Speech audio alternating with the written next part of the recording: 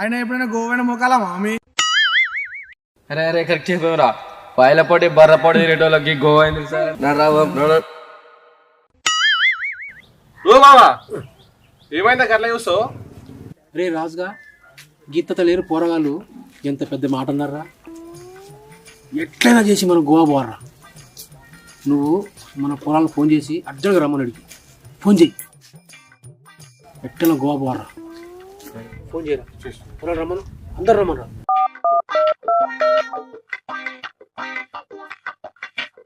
Hello రేయ్ ఏడున్నారా?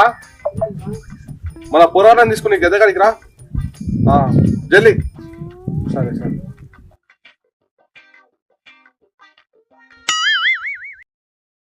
అవును రజని, రాజుగారు ఫోన్ చేసి రమ్మని